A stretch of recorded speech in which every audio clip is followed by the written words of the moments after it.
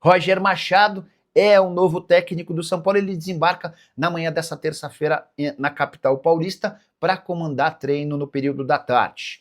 A escolha do Roger Machado passou por Rui Costa, o executivo de futebol do São Paulo, que também teve papel importante na demissão de Hernan Crespo. Vou dizer mais.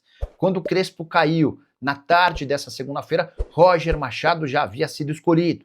Isso porque os contatos feitos com o Felipe Luiz, ex-treinador do Flamengo, aconteceram antes da dispensa do treinador argentino. Felipe Luiz disse que não trabalharia no Brasil. A partir daí, o São Paulo já abriu tratativas com o Roger e as conversas sempre foram extremamente positivas. Roger queria trabalhar no São Paulo há bastante tempo. Já havia participado em outros 2 momentos de entrevistas, mas nunca foi contratado. Roger também aceitou um salário bem inferior ao custo da comissão técnica do Hernan Crespo, que era de R$1.300.000 mês. Roger ainda aceitou um contrato apenas até dezembro. Posso garantir que durante a tarde, diante da péssima repercussão entre torcedores do São Paulo em relação ao nome do técnico gaúcho, dirigentes do São Paulo chegaram a se perguntar: será que vale a pena insistir na contratação do Roger? E aí o Rui Costa teve papel importante no convencimento do Rafinha e do Arrim Assis, que é o presidente do clube. O Roger foi confirmado, está contratado e começa a trabalhar nessa terça-feira diante de uma enorme pressão. Um tropeço contra a Chapecoense, quinta-feira no Canindé, e se pode ter certeza absoluta de que o Roger já chega bastante pressionado. Especialmente porque Hernan Crespo cai, tendo números bem positivos num cenário mais recente. Nos últimos 9 jogos, eram 7 vitórias, 1 empate e 1 derrota. O Crespo caiu por conta de uma série de declarações, por ter relação ruim com alguns atletas do elenco, entre eles Lucas Moura, mas também por conta de uma série de questões internas. Treinamentos não muito bons, período de férias, a forma como ele lidava com o Campeonato Brasileiro, enfim. Essa soma de fatores fez com que o São Paulo decidisse por sua dispensa. Informação exclusiva: a demissão do Crespo vai custar ao São Paulo R$3.900.000, que equivalem a 3 meses do salário do técnico e dos integrantes da sua comissão. O que você pensa sobre tudo que eu contei? O espaço para comentários, só não esquece de deixar like e de se inscrever no canal. Voltando naquilo que o Felipe estava falando, me parece muito claro que a ordem foi a seguinte: o São Paulo demitiu o Crespo e estamos sem treinador, vamos buscar alguém. Sim. Quem está no mercado? Tem o Roger. Ao contrário do Felipe, que é o Flamengo demite o Felipe porque já tinha o substituto engatilhado. Eu não acho que o São Paulo demitiu o Crespo porque foi contratar o Rob, porque já tinha o Roger acertado. Não parece, porque o Hernan até comentou que a primeira opção era o Felipe Luiz, né? Então, Porque no caso do Flamengo é óbvio que o Flamengo demitiu o Felipe a partir do momento que tinha sido o Jardim. Exato. E até a gente traz alguns bastidores dessa demissão do Crespo também, então, né? Isso aí eu quero saber também. O Hernan pode complementar mais detalhes, mas a batata do Crespo já estava assando há um tempo no São Paulo, né, Hernan? Vinha sendo contestado muito nos bastidores, até pela metodologia dos treinos e tudo mais. Era um cara que não era tão abraçado assim. Tinha certos atletas no elenco que não batiam tanto com o Crespo. Mas o trabalho era tão ruim assim, a ponto de demitir? É o vice-líder do Brasileiro e na semifinal do Paulista perdeu para um rival ali direto, jogando fora de casa. A questão é assim, essa demissão do Crespo, pro olhar do torcedor, e aí eu sempre falo isso aqui. Às vezes a gente tem que trazer isso aqui, e o nosso compromisso é trazer a informação. No caso do São Paulo, existia ou estava existindo um universo nos jogos, um universo nos jogos e um universo no trabalho do dia a dia no CT. Né? Então, assim, e um não caminhava com o outro. Vocês se lembram quando a gente aqui neste Fala Fonte disse antes de São Paulo e Flamengo: se perder para o Flamengo, já está ruim o Paulista, corre risco. Foi. E aí o que aconteceu? Emendou uma sequência de vitórias. Foi. E aí chega a vice-liderança com o mesmo número de pontos do líder, você chega à semifinal do Campeonato Paulista, mas o trabalho no dia a dia não era satisfatório. E assim, vamos lá, aqui eu quero trazer os dois lados para ser bem justo, tá? Porque senão muitas vezes fala assim: o André tá comprando a narrativa só de um lado e tal. Aqui a gente vai trazer os dois lados, a versão dos dois lados. De quem demitiu e do demitido. E do demitido. É importante, se tinha uma visão de que o trabalho não iria ter uma evolução e que os resultados foram mascarando um trabalho no dia a dia que era era insuficiente. Depois que o São Paulo foi eliminado no Campeonato Paulista, o Crespo foi para Buenos Aires com a comissão técnica. A diretoria ficou para o dia seguinte na reapresentação, que era uma reapresentação não para todo o elenco, mas jogadores machucados, por exemplo, foram lá fazer tratamento, tinha um funcionamento no CT e a direção queria uma conversa com o Crespo para ver, alinhar os próximos dias e tal, e eles tinham ido para Buenos Aires. O jogo foi domingo, segunda eles não estavam. Segunda de manhã eles já estavam... O jogo foi domingo à noite, segunda de manhã eles tinham saído já. Já tinham saído. E aí foi uma folga longa, considerada longa, de 3 dias, depois de uma eliminação.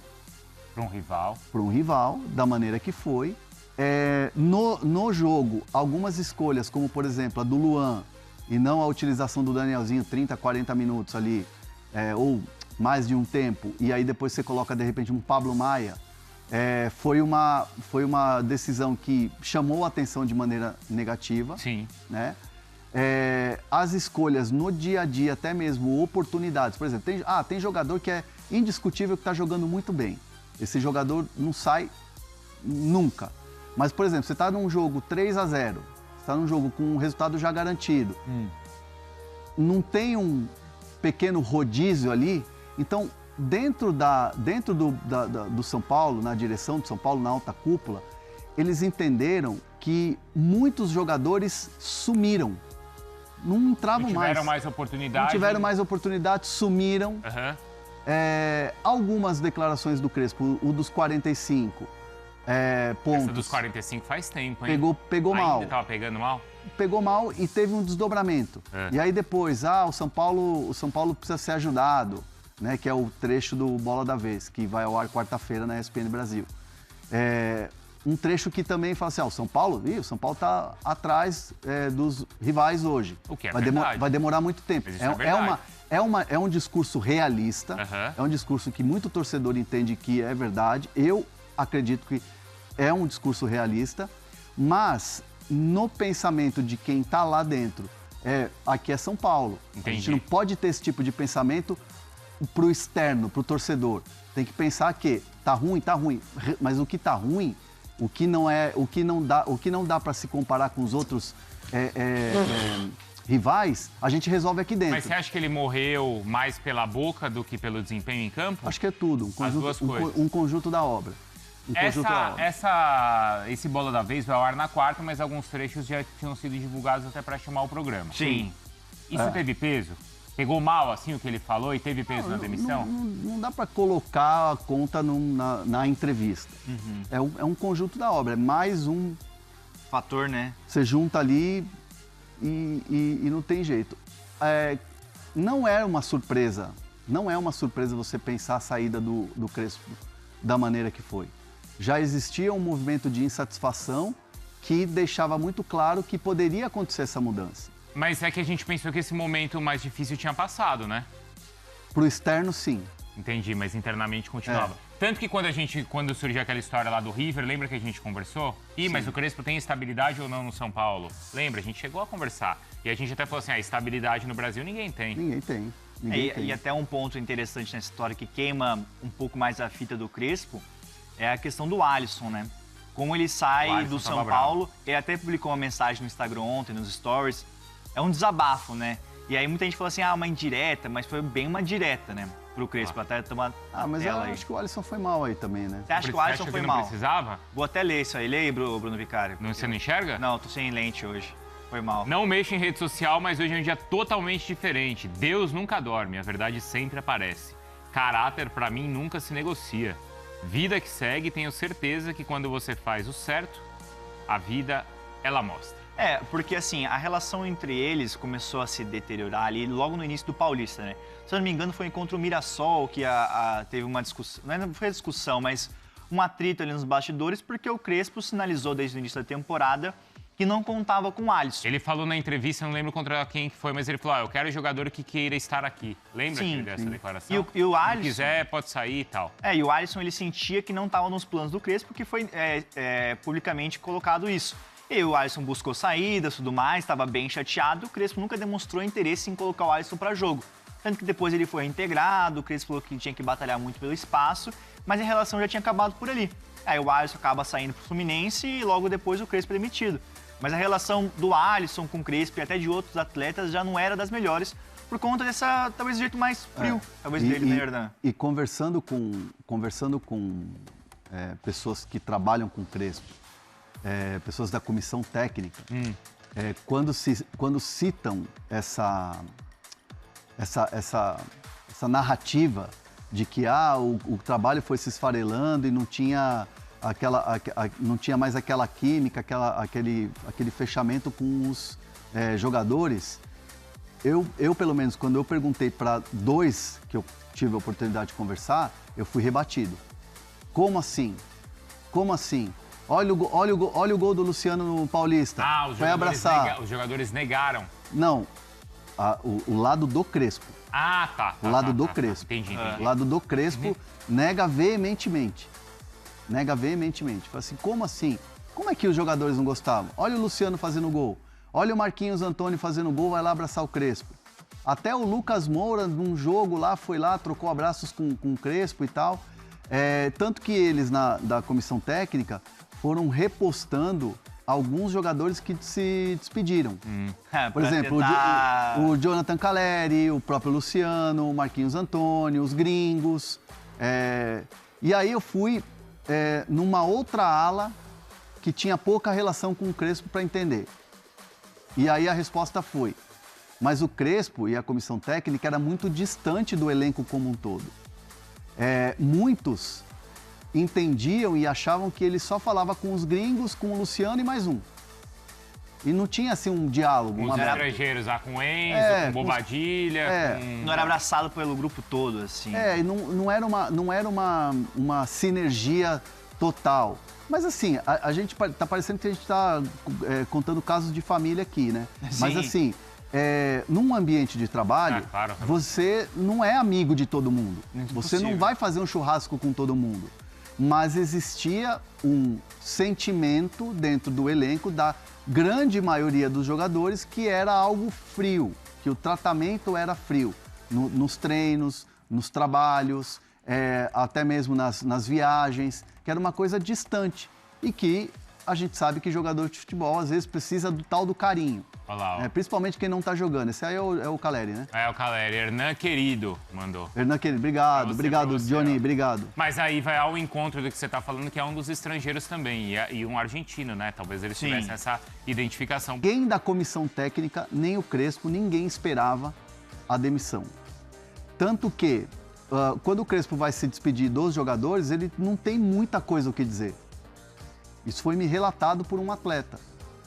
Falou assim, quando acabou a reunião e ele foi se despedir ali e tal, não tinha muito o que falar. Era um clima meio assim, tipo, cara, vão falar o quê? Não, saímos, vamos embora, sucesso para vocês.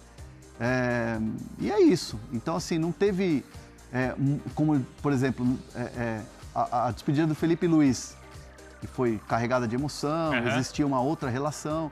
Foi uma coisa fria também, né? Outra coisa que me chamou a atenção é que ele, toda hora que ele podia, ele dava umas no Lucas, né, o Crespo? Deu umas farpadas. Ele falou aquela questão do saudável.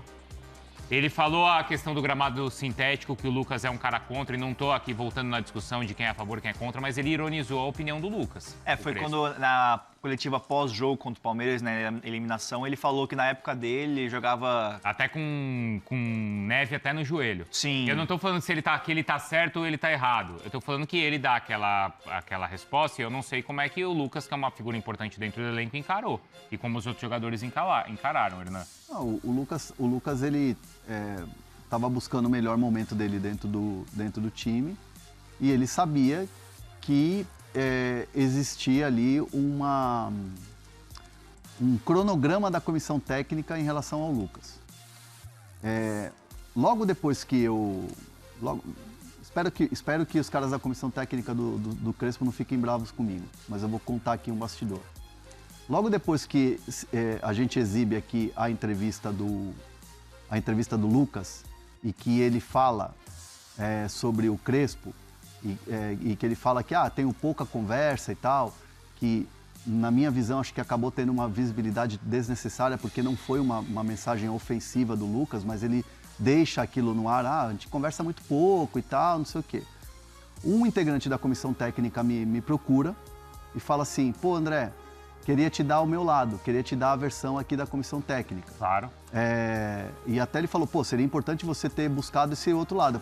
Eu falei assim, mas a declaração foi do jogador, não fui eu que dei a informação. Enfim, às vezes o cara não... Às vezes não entende-se muito como é que funciona o nosso trabalho e a gente explica e tá tudo certo. Uhum. E ele chegou numa boa. Esse integrante da comissão técnica falou assim para mim, o Lucas, a gente tem um trabalho, um cronograma de trabalho com ele. Ele ia chegar, ele treina, ele ia jogar 15 minutos, não se sabia se ele ia jogar contra a Portuguesa e depois teria o jogo contra o Palmeiras no sintético, lá atrás, na primeira fase. Então a gente criou um cronograma, a gente sempre chamou o Lucas para falar e a verdade é essa. A versão dessa pessoa da comissão técnica, para mim, depois da exibição da entrevista aqui do Lucas Moura, quando ele fala que conversa pouco com o Crespo. Uhum. Então, assim, ali é uma rusga, ali é um desentendimento, mas eu não vejo isso, porque não é do perfil do Crespo ser um cara de querer confusão, de querer atrito, não é o perfil da comissão técnica, não é o perfil do Juan Branda, são caras muito pacificadores, e o Lucas é um cara extremamente tranquilo. O que ficou claro para mim nesse episódio, e agora explica muita coisa, é que tinha uma clara falta de sintonia entre um dos principais jogadores, que é o Lucas, e a comissão técnica. Isso é nítido. Uhum. E aí você junta também a declaração ou os prints lá, as publicações do Pedroso, do empresário do Lucas. O Crespo responde de maneira elegante, mas dá uma nele, fala assim, protagonista fala com o protagonista, empresário fala com o empresário. Isso aí. Quer dizer, vocês nem entram aqui. E aí, quando às vezes a gente falava, tem algo estranho aí o torcedor às vezes falava, tá querendo criar crise. Não é evidente que tem um problema. Ficou muito, muito, muito claro que nunca teve uma sintonia entre o Lucas e o Crespo. E esse episódio é um episódio que aconteceu no off, aconteceu no bastidor, mas que era importante eu trazer aqui para mostrar o que estava acontecendo dentro do CT do São Paulo. Vou dar uma opinião aqui muito pessoal. Uhum. Não me surpreendeu a saída do Crespo. Não me surpreendeu. E não me surpreenderia a saída do Crespo. Eu tinha muito conhecimento de algumas situações, e aqui eu citei um exemplo, que estavam acontecendo lá dentro do São Paulo. Só que você pensa, como é que um time que está ganhando, tá vice-líder, com o mesmo número de pontos do líder, chegou numa semifinal de Campeonato Paulista, você vai fazer uma troca dessa? Surpreende a troca? Ela é ousada, é um movimento ousado, mas não é um movimento que surpreende quem conhece o bastidor do clube. Fala pessoal, estamos aí com atualizações importantes do São Paulo. Se inscreva e ative o sininho para receber mais atualizações do Tricolor. Deixe seu like, que é muito importante para o crescimento do canal. Utilize o espaço aqui embaixo para registrar sua opinião. Ficamos por aqui com mais esse giro de notícias. Um abraço e até o próximo vídeo.